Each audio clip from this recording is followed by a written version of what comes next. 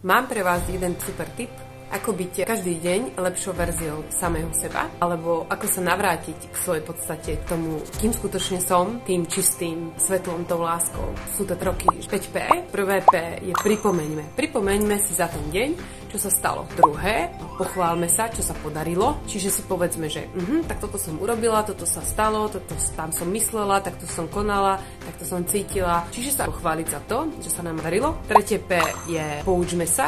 Poučme sa z toho, čo sa nepodarilo, alebo čo si myslíme, že sme neúplne úspešne zvládli. Ďalším krokom je pohľadme sa. Dajme si ten súcit a tú lásku, že je v poriadku, že sme proste možno urobili chybu, alebo že sa nám niečo proste nepodarilo, pretože vieme, že sa z toho môžeme poučiť. Piatým P je predstaviť si, ako budem pokračovať. Ako budem pokračovať s tým, čo som sa teraz poučila. Viem, že dneska sa mi nepodarilo niečo, čo som proste chcela urobiť inak, tak už viem, že v budúcnosti budem k tomu pristupovať inak. Verím, že vám 5P pomôže a uvidíte vo svojom živote krajšie a slobodnejšie dni a budete sa cítiť s lepšou a lepšou verziou samého seba.